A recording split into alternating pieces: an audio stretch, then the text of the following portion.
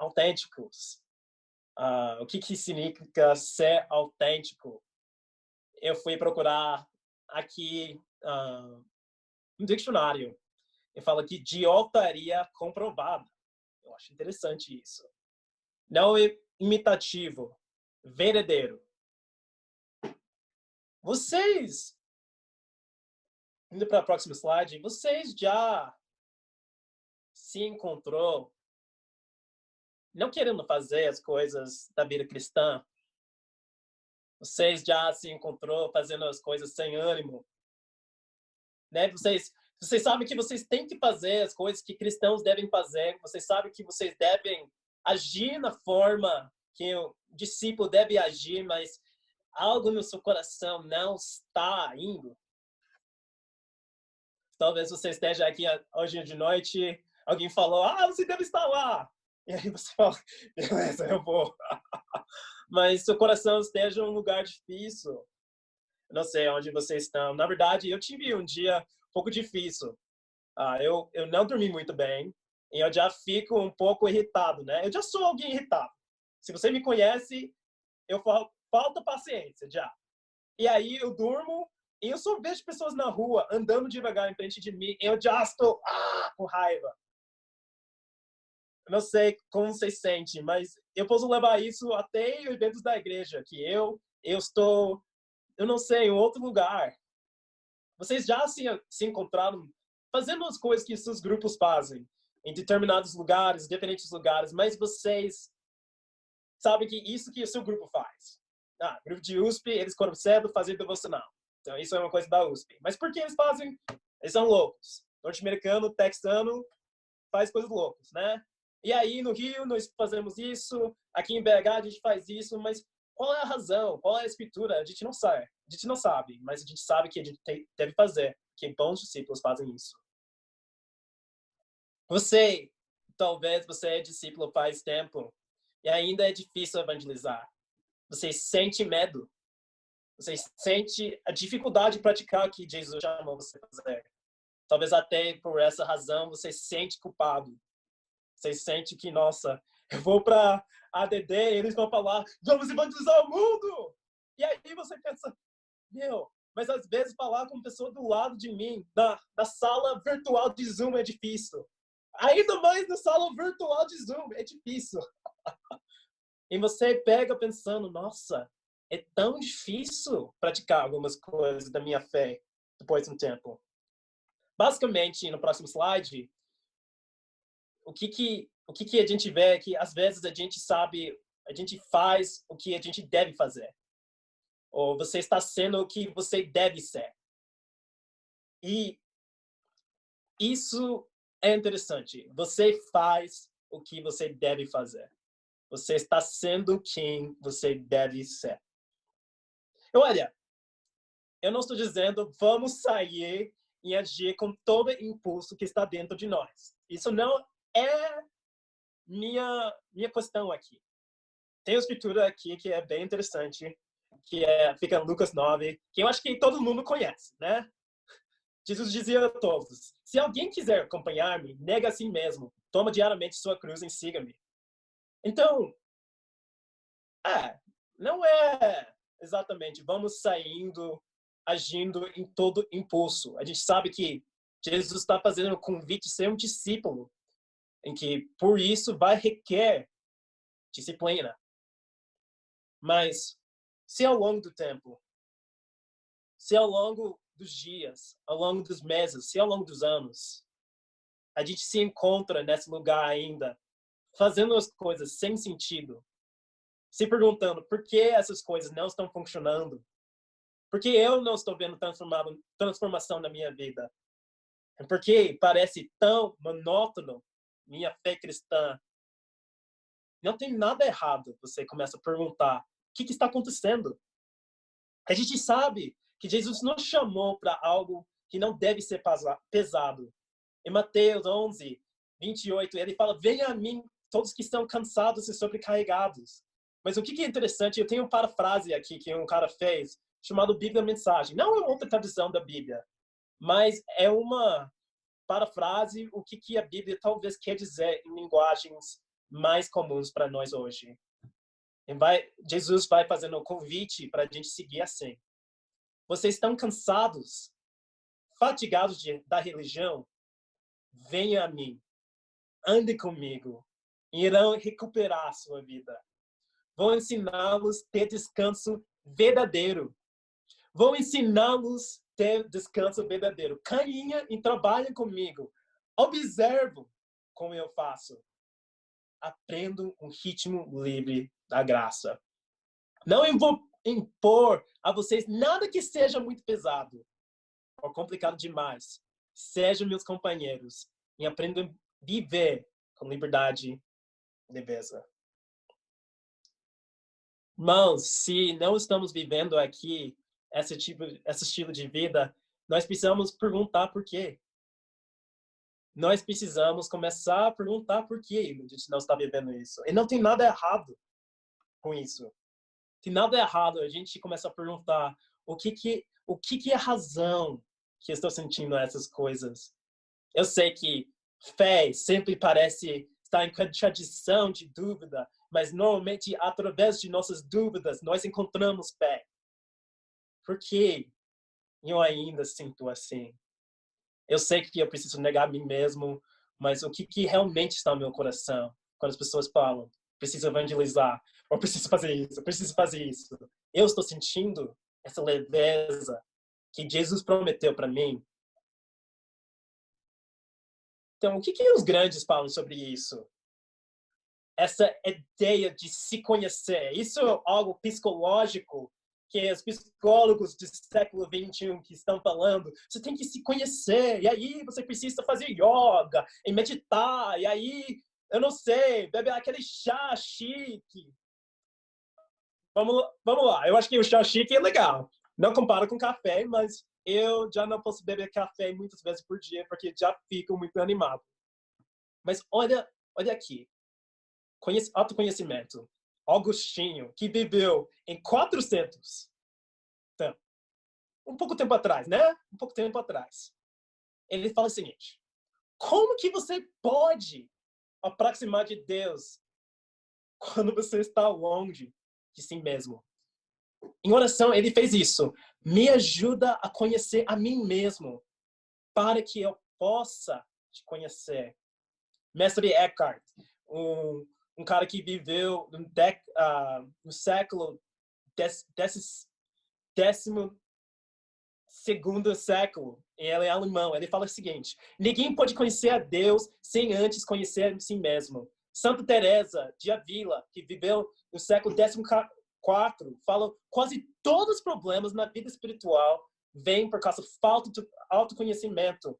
Indo adiante, se você acha que é uma coisa católico, e aí você acha que os protestantes nunca falam isso, olha quem falou isso. Próximo slide.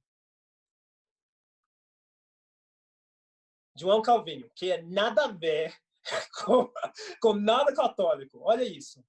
Nossa sabedoria, na medida em que deve ser considerada verdadeira e sólida sabedoria, consiste quase inteiramente em duas partes: conhecimento de Deus e de nós mesmos.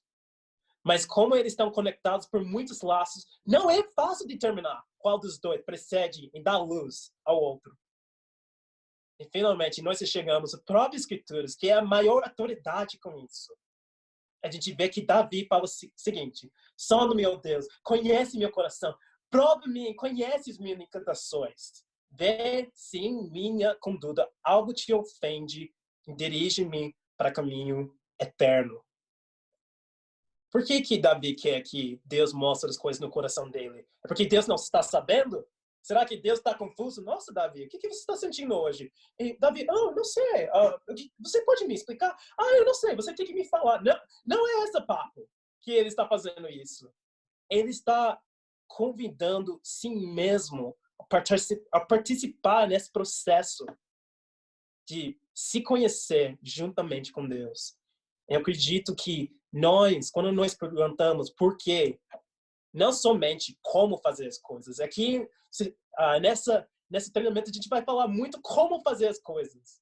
Mas antes, nós queremos falar por quê. Esse porquê esse autoconhecimento vai nos levar para lugares profundos com Deus. Eu olho para a vida de Davi e eu vejo um homem que a Bíblia chamou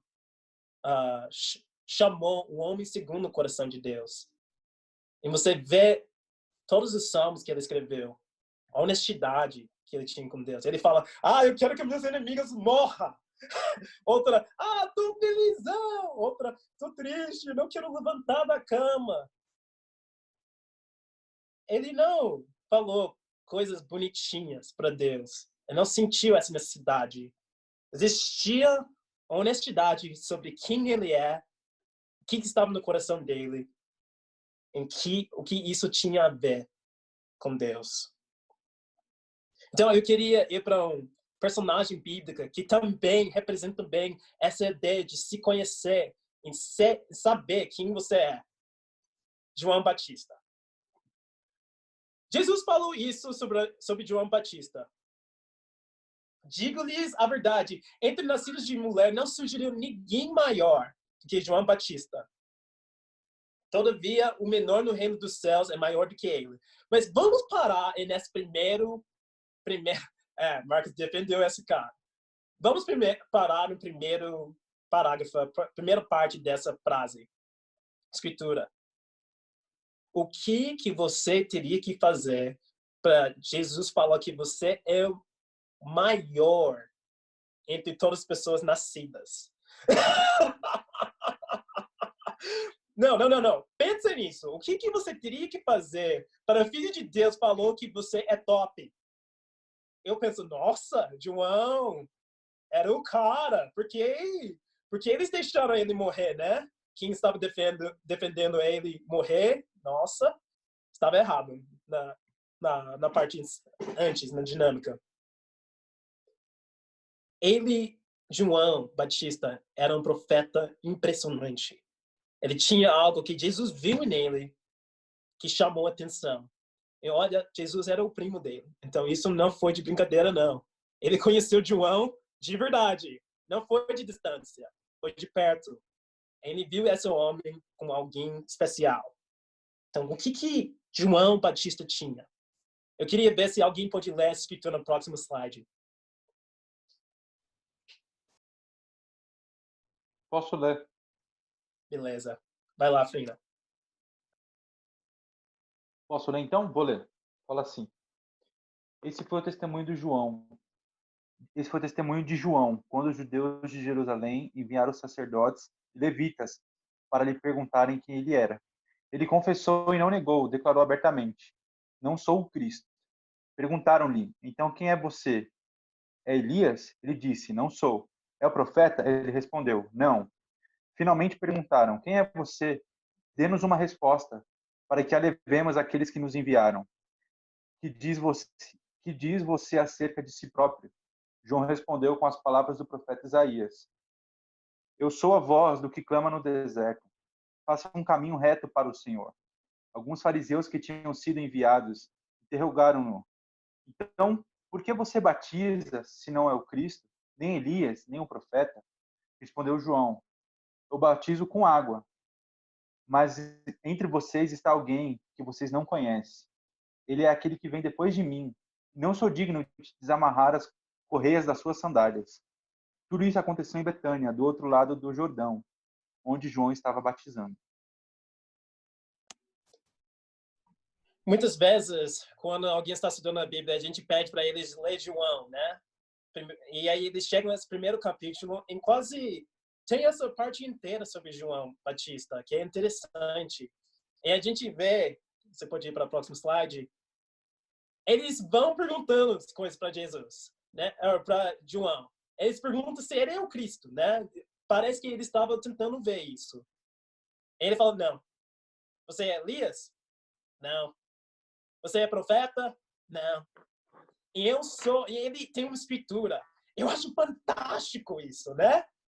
Ele fala, eu sou essa escritura aqui em Isaías 40, 3-5. Eu falo, nossa! Tinha algo diferente. Porque João já chegou causando, né? Ele chegou em as pessoas que eram gentios convertendo para judaísmo eram as pessoas batizadas, mas aí João falou, não, todo mundo precisa achar uma nova identidade em Deus, quando eles vão se tornar verdadeiramente seguidores de Deus. Então, ele foi batizando, pedindo pessoas se arrepender, mesmo sendo judeus. Ele estava chamando eles se batizaram. E você vê que as pessoas estavam impressionadas com o trabalho que ele estava falando, mas eu estava fazendo, mas não era importante o trabalho que ele estava falando. Ele sabia por que ele estava fazendo isso. Não foi só um trabalho, só mais uma tarefa, mas ele tinha convicção de quem ele é diante de Deus. O psicólogo chama essa poder de se diferenciar das outras pessoas, diferenciação. Talvez eu não possa pronunciar, mas tá claro essa ideia de diferenciar das outras pessoas. É a capacidade de estar em contato emocional com os outros, mas ainda autônomo no seu próprio funcionamento emocional. É a essência do conceito de diferenciação. João Batista era alguém altamente diferenciado. Ele sabia quem ele não era. Tipo, tinha uns 3 nãos para um sim, né? Eu não sou como Letícia. Eu não fico chiando. Eu não sou como João. Eu não sou de Sorocaba. Eu não sou como Carol. Ela é dos Estados Unidos, mas eu sou de Texas, outro país. Ele tinha claramente quem ele é. Falando, não sou essa pessoa, é essa pessoa. E isso tem a ver com autoconhecimento. De ele se encontrar diante de Deus, uma forma profunda.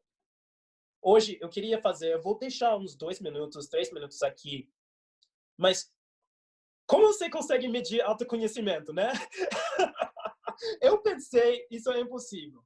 Mas se vocês sabem como eu gosto de fazer as coisas, eu vou descobrindo novas coisas quase toda semana que eu quero compartilhar com pessoas. Então, aqui nós estamos com o que é chamado fases de diferenciação. Então, a gente tem 0 ao 20, a gente tem 25 a 50, a gente tem 50 a 77, a gente tem 70 a 100. Eu queria que pudéssemos examinar nossa diferenciação. E foi desenhado por Bowen em um sistema de terapia psicológica, mas eu queria que nós examinamos isso com bastante humildade e bastante graça com nós mesmos. Eu lembro pensando, quando eu fui para ver isso pela primeira vez, eu sou alguém que me conhece muito bem. E a categoria que me achei, eu falei, nossa, tem trabalho aí. Mas tudo bem, não fica mal. Então, eu vou dar uns 2, 3 minutos. Na verdade, eu vou lendo um pouco de cada categoria para explicar como é que está. E vocês, mais tarde, vão poder falar isso nos grupos de discussões. Tá bom? Mas, rapidamente, eu vou passar por cada fase. Então, primeira fase, é difícil você conseguir distinguir entre fato e sentimento. Muita energia vital gasta na conquista de aprovação das outras pessoas. Difícil falar não. Difícil falar, não, isso o que eu quero fazer. Talvez é uma ligação um pouco demais, emocionalmente dependente demais de família, de irmãos. Normalmente as pessoas não sabem como se dar bem no meio de transições, crises da vida. Difícil ver essa linha entre quem eu sou e outra pessoa é. Isso é a fase 0 a 20 de diferenciação. Aqui, 25 a 50. É pequena capacidade, agora não é nenhuma capacidade, mas pequena capacidade de distinguir entre fato e sentimento. Mas a maior parte é o falso eu. Basicamente, o falso eu é uma pessoa apresentável mostrar para as outras pessoas. A pessoa que sempre está tirando as melhores notas. Ou se você é músico, que sempre está tocando. Basicamente, você vive sua autoestima dependente dos elogios das pessoas. E se alguém te critica, está esmagado. É difícil. Às vezes você toma decisões ruins, porque durante momentos de estresse é difícil perceber o que é o caminho melhor. Então, isso é 25 a 50. Onde eu acho que habita muita gente, de verdade. 50 a 67.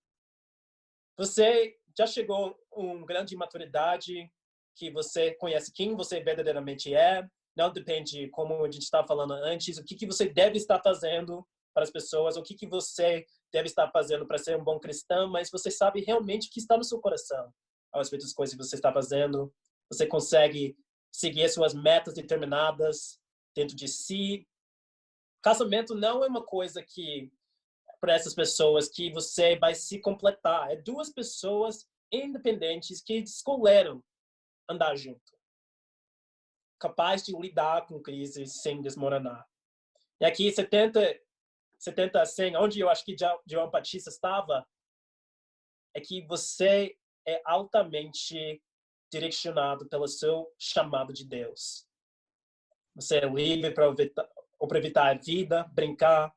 Você pode ouvir pessoas com opiniões bem diferentes de você, sem precisar tentar convencê-las a mudar, para você sentir bem sobre si mesmo. Capaz de deixar a família de origem, tornar um adulto separado, com orientação interna, seguindo suas crenças, não dogmático ou fechado nos seus pensamentos. Eu acredito que vocês podem se encontrar, talvez, em uma dessas categorias hoje.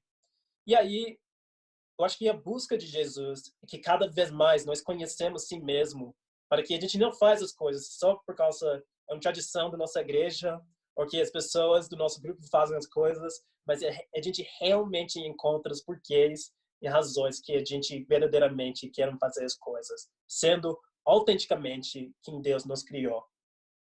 Mas como? Quais são os obstáculos para isso acontecer? Bom, se conhecer é um caminho difícil. É por isso muitas pessoas nem querem ir nessa jornada. Todos de nós estamos nessa jornada, mas em diferentes intensidades. Alguns de nós vamos nos conhecer só através de eventos que a gente não consegue controlar. Mas outros de nós podemos tomar a iniciativa de ir atrás e nos conhecer. Mas quais são as barreiras? Quais são os obstáculos desse crescimento de si mesmo? Sabendo que esse crescimento de si, de me entender, é necessário para eu entender Deus. Às vezes é coisas boas. Trabalho, faculdade. Essas coisas, às vezes, a gente coloca tanta nossa identidade, o que a gente está fazendo. Até igreja, ministério pode ser uma dessas coisas. E aí a gente vai fazendo essas coisas sem examinar os porquês que a gente está fazendo isso. Eu vejo muitas pessoas, principalmente eu moro em São Paulo, capital, vejo muitas pessoas correndo uma pressa enorme. Eu sou uma dessas pessoas. Eu sempre me diverti em ver como eu consigo andar mais rápido do que todo mundo no metrô. Então, paulista, está lá no metrô. Eu não sei se você sabe o que é paulista, você está em outro estado, mas é o centro do universo para nós paulistanos, pessoas que moram em São Paulo. E aí você vê pessoas andando rápido. Eu gosto de andar rápido. E aí eu acho interessante essa frase que alguém falou. Pressa não é do diabo, é o próprio diabo. É ele mesmo. Às vezes, é nossa pressa, é nossos alvos grandes, ambiciosos, que não é errado. Eu amo alvos grandes, ambiciosos. A gente pode se desconectar com nós mesmos. Se desconectar o que a gente realmente sente, se desconectar com... Talvez a gente está fazendo tudo isso por razões que a gente nem considerou. Se desconectar com quem Deus quer que estejamos. Trabalho, faculdade, pressa, a vida louca, a vida de conseguir conquistas.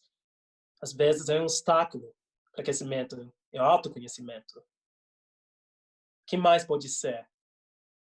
Tem um grupo de pessoas que gostam de fazer muitas coisas, tem um grupo que gosta de ficar Netflix um pouco mais, vamos para Instagram da vida, vamos aproveitar, vamos escutar a música, que nada errado com nenhum dos dois.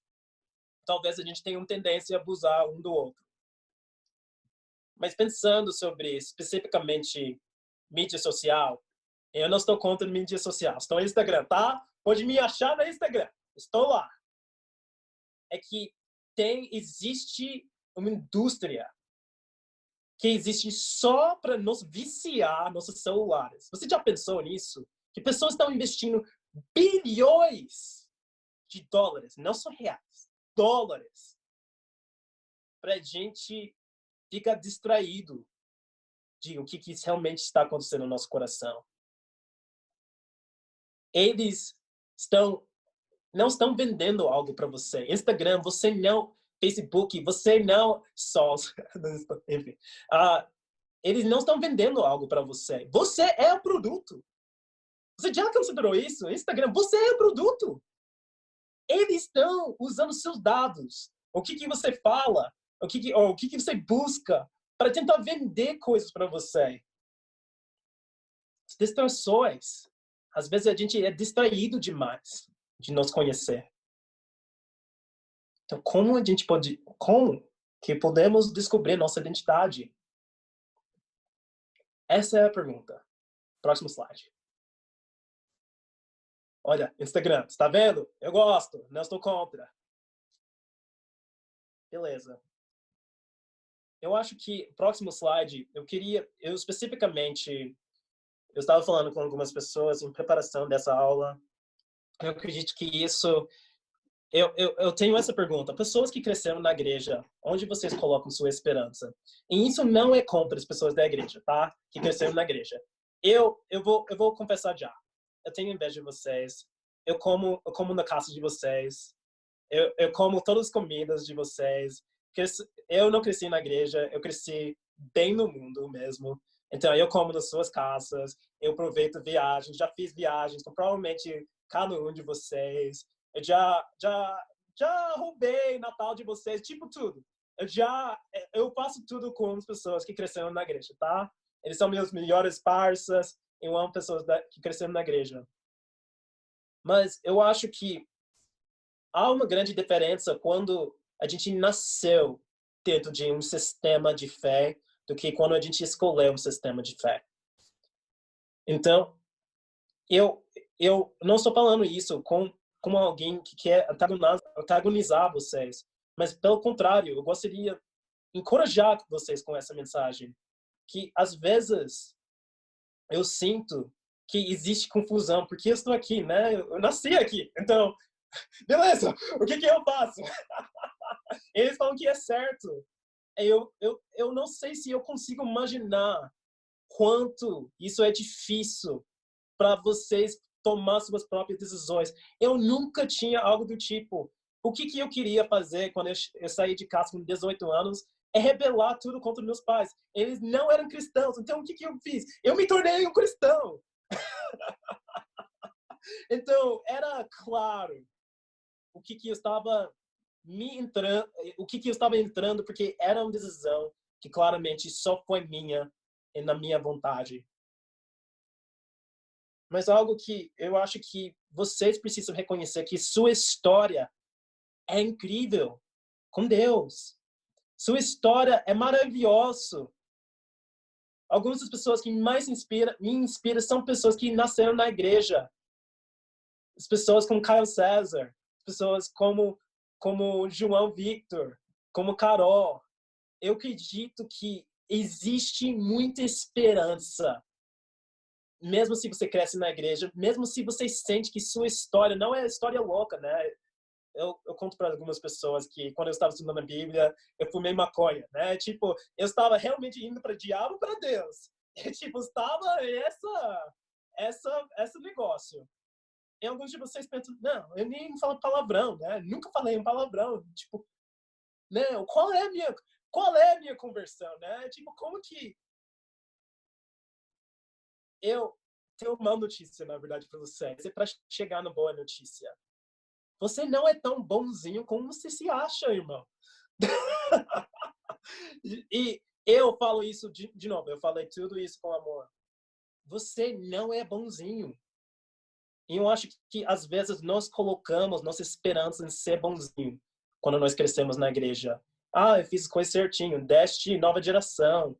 Ah, eu não fiz isso, não fiz aquilo. E a gente é mais definido pelas mãos que a gente não faz do que o egoísmo que está no nosso coração.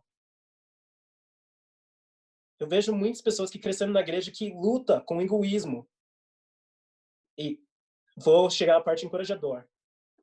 Mas também eu vejo pessoas teimosos, dogmáticos, religiosos, talvez mormons.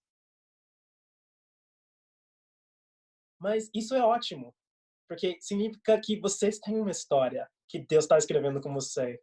Que Deus só salva os doentes. E só salva pessoas que são bagunçadas. Eu acho que durante essa quarentena eu tenho encontrado quanto eu sou quebrado. Eu já fiz terapia alguns anos atrás, mas eu comecei a fazer terapia. E essa vez eu não pensei, nossa, eu vou fazer por um pouco tempo. Eu falei, provavelmente isso é trabalho, isso vai ser um trabalho de alguns anos. Tem nada errado. Tentar fugir de ser bonzinho, admitir que você é uma bagunça. Sem Deus, nós somos bagunças. Tem nada errado com isso. Então, ao invés de a gente tentar ser bonzinho, vamos falar o que realmente está acontecendo. Eu realmente não quero evangelizar porque sou egoísta. Eu tenho medo, sim, também, mas sou egoísta. Eu gosto que todos os meus amigos já são salvos. Isso é mais fácil. Vamos ser real. Eu acho que só de ser real vai ajudar muito. Eu tenho uma imagem de um cara preso aqui. Isso é gente sem Deus. Não importa se você estava comigo fumando maconha, vivendo a vida louca, ou você estava dentro da igreja vivendo morneza. Isso onde você estava antes de Cristo salvar você. E isso quem nós somos sem Deus. Bagunças totais. Mas pensando nesse versículo aqui em Êxodo, isso é uma das melhores coisas que a gente pode reconhecer sobre Deus. Então, essa escritura, eu amo essa escritura. Estou muito animado a compartilhar essa escritura com vocês. Êxodo 34:6. E passou diante de Moisés, proclamando: Senhor, Senhor, Deus, compassivo, misericordioso, paciente, cheio de amor e de fidelidade. Muitas vezes, a gente pensa o que a gente deve ser para Deus, o que a gente deve alcançar, as alturas de o que as pessoas esperam de nós. E vem a escritura. Essa escritura é top. Imagina Instagram de Deus. Imagina lá. Eu não sei qual seria a foto, seria a Arca da Aliança, seria Deus dividindo as águas, seria ele fazendo qualquer coisa dos feitos maravilhosos que ele já fez ao longo da história. Mas imagina o fotos de Instagram de Deus, imagina o biografia dele. Isso é o bio de Deus aqui, de Instagram. Ele fala, Senhor, Senhor, Deus compassivo, misericordioso. Essa escritura vai repetindo. É a escritura mais referida pela Bíblia na Bíblia. Quer dizer, repete essa escritura ao longo dos livros dos profetas, ao longo dos evangelhos, ao longo das cartas de Paulo. Que isso não é o que a gente deve fazer, o que Deus quer de nós, mas quem Deus é. É a primeira característica aqui é compassivo. O que é compaixão? Próximo slide. Eu amo, não é escritura, mas uma frase de um budista. Olha, de budista, olha isso. Compaixão não é relação entre o curador e o ferido. É relação entre iguais. Somente quando conhecemos nossa própria escuridão bem, podemos estar presente com a escuridão dos outros.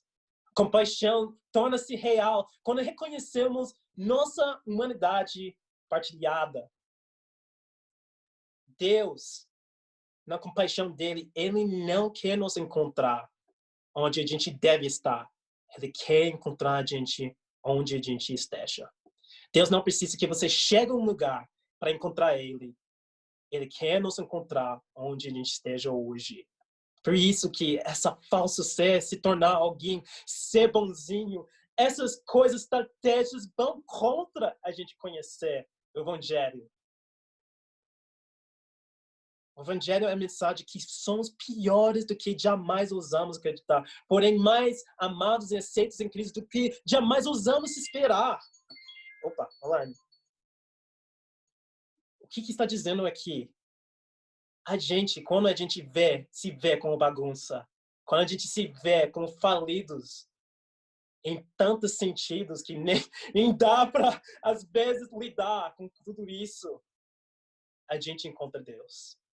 Em esse autoconhecimento, quando a gente não é Deus, a gente encontra Deus. Aqui está dizendo que sobre humanidade compartilhada, Jesus é que cura. Mas Jesus não só fez isso. Ele atravessou o céu e terra e se tornou um ser humano. Ele passou pela escuridão de ser um ser humano, carne e osso. Não é só um Deus que fala, eu estou sentindo o que você está sentindo. Ele realmente estava com a gente em nosso lado. Ele está ao nosso lado hoje. Na bagunça, no egoísmo, em tudo que a gente não consegue ser para Deus. Ele é para nós e Ele compartilha tudo que a gente sente. Fala em própria Escritura, 2 Coríntios 5, 14, 17, fala, pois o amor de Deus nos constrange, porque estamos convencidos de que um morreu por todos, e logo todos morreram. Ele morreu por todos para que os que vivem já não vivam mais para si mesmos, mas para aquele que por eles morreram, ressuscitou. De modo que, de agora em adiante, ninguém é mais considerado do ponto de vista humano. Ainda que antes tenhamos considerado Cristo dessa forma, agora já não o consideramos assim. Portanto, se alguém está em Cristo, é uma nova criação. As coisas antigas já passaram, eis que surgiram coisas novas. Nós somos, através de Cristo, uma nova criação. Não baseado em nossos fracassos ou como que a gente consegue almejar, mas baseado em um trabalho feito para o homem que viveu tudo que nós vivemos. Compaixão de Deus chegar aqui, nosso lado, que nos move como discípulos. E a gente, quando a gente decide viver a vida cristã, a gente só está andando nessa compaixão, aceitando essa nova identidade que Deus deu para a gente. Eu lembro, um treinamento ano passado, ADD, o irmão veio marcar um tempo comigo.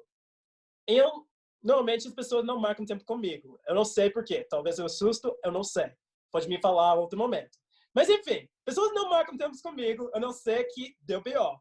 Então, ele marcou comigo. Eu estava lá, né, tipo, orando, fingindo que eu não sou ansioso, como eu normalmente faço, né? Tipo, fico brincando, hahaha, coisa de hambúrguer de Texas. Estou nervoso pra caramba quando eu estou fazendo essas coisas. E aí, estou falando. E o irmão falou pra mim, como você consegue ser espiritual? Eu falei, realmente, esse cara tá bem confuso. Marcou um tempo comigo para perguntar isso, tá perguntando para a pessoa errada. Pergunta aí para Caio Neres, pergunta aí para Luiz Felipe. Passa um tempo comigo, uns 5 minutos, vai ver que eu não sou assim. Mas eu vi a angústia nos olhos deles, nos olhos dele.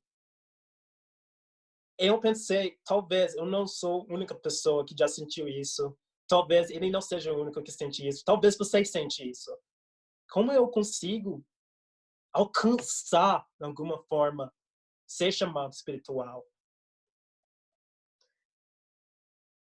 Eu acho, se ele já estava fazendo essa pergunta, realmente ele já é alguém espiritual. Eu falei, primeiro, você não me conhece, então você não quer ser espiritual como eu. Escolhe uma outra pessoa para ser seu padrão de espiritualidade. Segunda, eu fui para um dos escrituras que eu vou mostrar adiante. Eu mostrei que sua identidade já está feita. Já está feita. Não depende de você alcançar uma coisa. Você já é espiritual, irmão. Eu sou? Sim. Eu não sou, mas você é. Tô brincando. Tô precisando disso também. A gente, em nosso mundo, a gente ouve que a gente precisa se tornar alguém através de trabalhar duro, através de ganhar respeito das pessoas, através de conquistar uma casa, uma mulher, 2 filhos, um cachorro, 3 cachorros. Eu acho 2 cachorros suficiente. Mas, enfim, em Cristo, em cristianismo, vida de discípulo é a única identidade que a gente não precisa conquistar, porque já foi conquistado para nós. Isso é quem nós somos. Próximo slide. Oh! Mas o que acontece, o que eu estava descrevendo, acabei, é vergonha. A vergonha fala que a gente não é nossa identidade, que eu vou mostrar para vocês. Vergonha internalizando mentiras. Que talvez eu luto com o egoísmo, mas eu vou além para falar, eu sou egoísta, nunca vai mudar. Olha, fala aqui em Romanos 6:6. Pois sabemos que o nosso velho homem foi crucificado com ele, para que o corpo do pecado seja destruído e não mais sejamos escravos do pecado. Você não é escravo de qualquer pecado, não importa quanto mais você sente. Isso é mentira. Quando você escuta, você não é espiritual porque você fez isso, porque é aquilo, porque você tem medo disso. Isso é mentiras. Isso não é o que aconteceu com Eva. Tipo, 3 versículos antes. Vocês estão criados à imagem de Deus. E aí, cobra chega. Sabe o que Deus está fazendo aqui? Ele não quer que você esteja na imagem dele. Então, vai comer a fruta. Eu não sou criado à imagem de Deus. Vamos comer a fruta. Não! É mentira! Mesma coisa com Jesus. Foi batizado, né? Ele falou, esse é meu filho, que é amado. E aí, Satanás vem. Se você realmente é o filho de Deus... Não! Deus acabou de falar, eu sou filho de Deus. Vergonha é só mentira. E isso que Satanás quer fazer com a gente, para a gente não seja capaz de viver a nossa identidade em Cristo. Então, agora sim, eu vou falar quem você realmente é. Você é sal e luz do mundo. Você recebeu o espírito de poder, amor e autocontrole, não de medo. Você pode encontrar graça e misericórdia, não importa quanto você é bagunçada. Cristo é seu refúgio. Você é completo em Cristo. Você foi redimido e perdoado de todos os seus pecados. Você pode fazer tudo. É aquele que fortalece você. Você é um cidadão do céu. Você é uma obra que Deus mesmo está completando. Você pode aproximar de Deus com liberdade e confiança.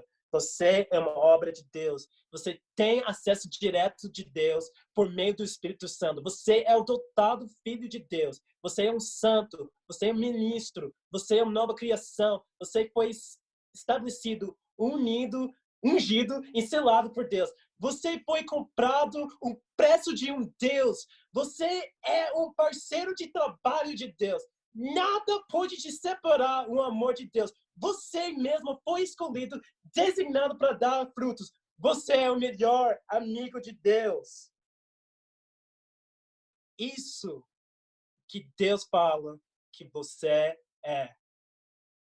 Então, como que a gente pode viver nessa identidade? Eu gosto de ter uma escritura que eu lembro as coisas.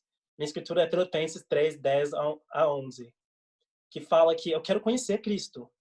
Eu quero participar da sua morte, sua ressurreição, me tornando como Ele. E algum dia ressuscitar dentre os mortos. Isso é a escritura porque eu sou um discípulo. Eu quero estar perto desse homem que salvou minha vida, que me deu tudo o que eu precisava para estar aqui. Então, eu encorajo você, encontre uma escritura que descreve por que você é um discípulo, que não fala o que você tem que fazer para ser um discípulo, mas, pelo contrário, o que Deus fez para você se tornar um discípulo, para que você pode... Alguém perguntar para você, você tem um porquê, porque você é um discípulo. Eu acho que uma outra prática que você pode pensar é meditar nessa escritura sobre sua identidade. Algo que eu fiz, eu pedi para meus pais escrever gravar alguns áudios de escrituras que falam sobre a minha identidade em Cristo.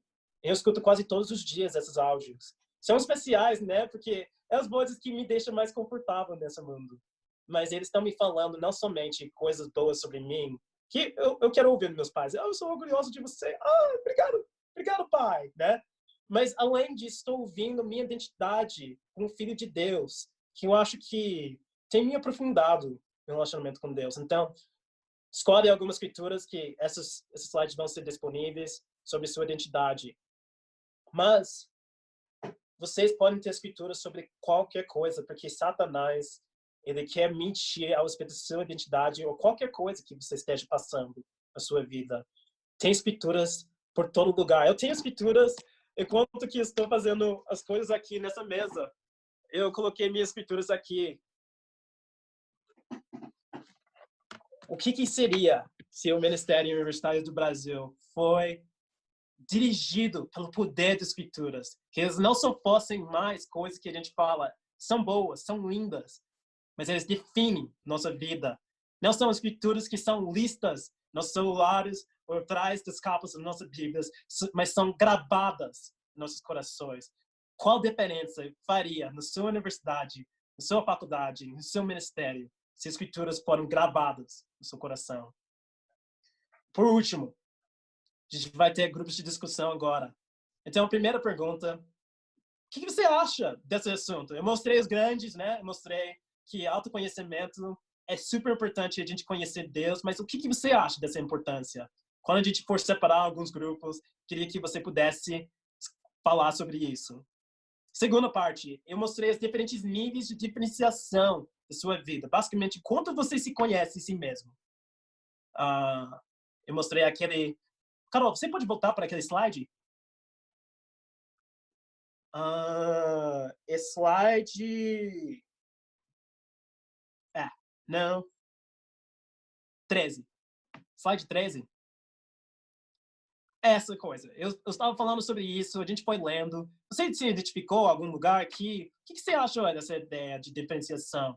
Isso é algo que você gostaria de trabalhar?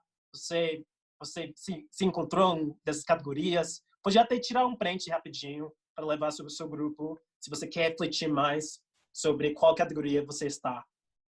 Por último, última pergunta de discussão. Você tem uma escritura sobre sua identidade em Cristo? Ou uma escritura que te anima bastante sobre como o que Deus tem feito para você? Qual é a escritura e por que essa escritura te anima?